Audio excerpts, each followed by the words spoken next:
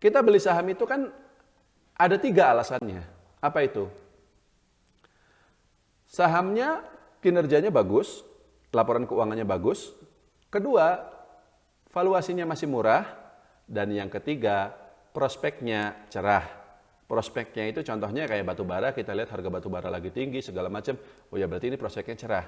Kadangkala ada juga perusahaan laporan keuangannya bagus, tapi kita tidak bisa membaca prospeknya. Karena kita tidak paham betul industrinya. Nah kalau kayak gitu ya agak ragu-ragu juga kita untuk masuk seperti itu. Nah tapi kalau ada saham yang memenuhi 3 itu kita beli.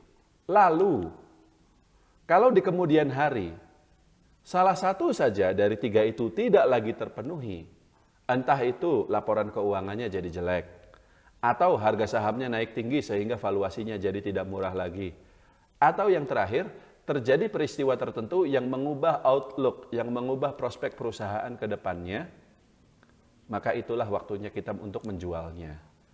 Jadi jual saham itu bukan kalau sudah profit berapa persen, juga bukan kalau sudah hold berapa lama. Kadang kita beli baru sebulan, tapi bulan depan itu udah ada peristiwa itu, ada peristiwa tertentu yang membuat prospeknya berubah. Ya saat itulah kita jual, tidak peduli posisinya untung atau rugi. Kadang kita sudah pegang saham, udah naik 100%, udah 2 kali lipat. Tapi kita hitung lagi valuasinya masih murah, harga kinerja perusahaan masih bagus, prospeknya masih cerah, ya hold saja. Seperti itu. Nah untuk Sampurna Agro bagaimana? Sampurna Agro dan juga INKP, harga 2.000 waktu kita beli di harga 1.900 itu dia murah. Dan waktu dia naik ke 2.200 itu juga masih murah. Perusahaan tidak ada masalah, bagus. Prospeknya ke depan, cerah, harga CPO lagi naik. INKP bagaimana? INKP juga masih murah di harga 8.000. Wajarnya itu kurang lebih 10.000 something lah. Kinerja perusahaan bagus. Apakah ada peristiwa tertentu harga kertas turun atau apa gitu? Nggak ada. Dia juga bagus, nggak ada masalah. Lalu kenapa kita jual sahamnya? Ada faktor nomor 4. Bapak Ibu sekalian, apa? Kondisi pasar. Dan faktor nomor 5, apa? Kita butuh uangnya untuk masuk ke saham yang lain yang mungkin kita anggap lebih menarik. Bapak Ibu sekalian, uang kita itu terbatas. Kalau kita butuh saham tertentu, kita mau beli saham tertentu, sedangkan kita sudah pegang saham yang lain yang sebelumnya, ya kita harus jual dulu dong. Dan agar membuat portofolio kita juga tetap terkendali. Misalnya gini, kita udah pegang 10 saham nih. Kalau kita beli saham berikutnya berarti kan jadi 11.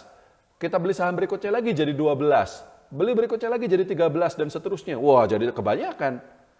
Jadi bagaimana caranya agar tetap 10? Ya kalau kita mau beli saham nomor 11, harus ada yang dijual. Sehingga jumlah saham yang dipegang tetap 10.